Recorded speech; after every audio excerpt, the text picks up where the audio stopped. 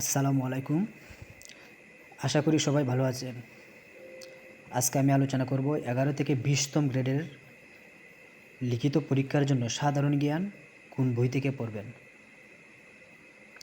আমার সামনে যে বইটি আপনারা দেখতে পাচ্ছেন সেটি সেলফ প্রিপারেশনের সাধারণ জ্ঞান। এই বইটি সম্পর্কে আজকে আমি A to Z বিস্তারিত আলোচনা করব। বইটিতে যদি প্রথমে আমরা দেখি বইটিতে মোট কতটি পৃষ্ঠা আছে। বইটিতে মোট 484টি পৃষ্ঠা আছে। তারপর যদি আমরা দেখি বইটিতে বাংলাদেশ বিষয়াবলী, আন্তর্জাতিক বিষয়াবলী, তারপর তথ্য যোগাযোগ প্রযুক্তি এবং বিজ্ঞান, এই 4টি বিষয় সম্পর্কে আলোচনা করা হয়েছে। প্রথমে আমরা দেখব বাংলাদেশ বিষয়াবলীর প্রাচীন বাংলা অধ্যায়টি। প্রথমে দেখতে পাচ্ছি আমরা ওইখানে তারা বিগত A to Z বিস্তারিত আলোচনা করছে। তারপর এই যে বিগত BCS প্রিলি 10ম থেকে 50তম পরীক্ষার প্রশ্নগুলো তারা সংযোজন করছে। এটা আসলে একটা খুব ভালো দিক। তারপর 11 থেকে 20তম গ্রেডের লিখিত পরীক্ষার জন্য 2015 সাল থেকে 2026 সালের জানুয়ারি পর্যন্ত এই পর্যন্ত যতগুলো পরীক্ষা হয়েছে সবগুলো প্রশ্ন তারা কী করছে ওইটার মধ্যে অ্যাড করছে।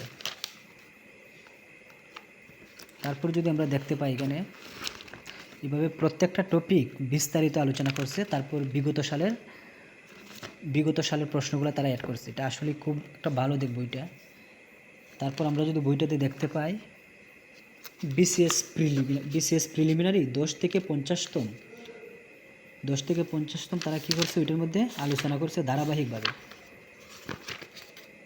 তারপর যদি আমরা দেখতে পাই 2024 সালে অনুষ্ঠিত লিখিত পরীক্ষায় যতগুলো প্রশ্ন আসছে সবগুলো তারা অ্যাড করছে। সর্বমোট 126 প্রশ্ন এখানে দেওয়া আছে।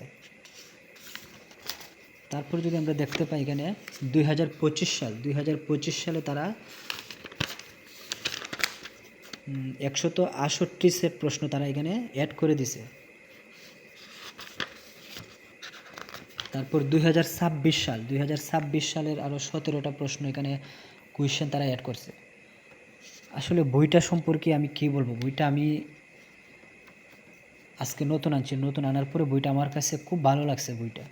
এই বইটা যদি কেউ 2 থেকে 3 বার শেষ করতে পারে আমি আশা করি মানে জিকে নিয়ে আর কোনো প্রবলেম হবে না। বইটা থেকে আমরা বিশেষ করে বিগত সালের প্রশ্ন, যে সবার শেষে যে বিগত সালের প্রশ্ন দেওয়া আছে ওইগুলো বেশি বেশি করে প্র্যাকটিস করব। আর জিকে যত বেশি প্র্যাকটিস করবে তত বেশি মনে থাকবে। আজকে এই পর্যন্তই। ভিডিওটি যদি ভালো লাগে অবশ্যই লাইক, কমেন্ট এবং শেয়ার করে পাশে থাকবেন। ধন্যবাদ সবাইকে।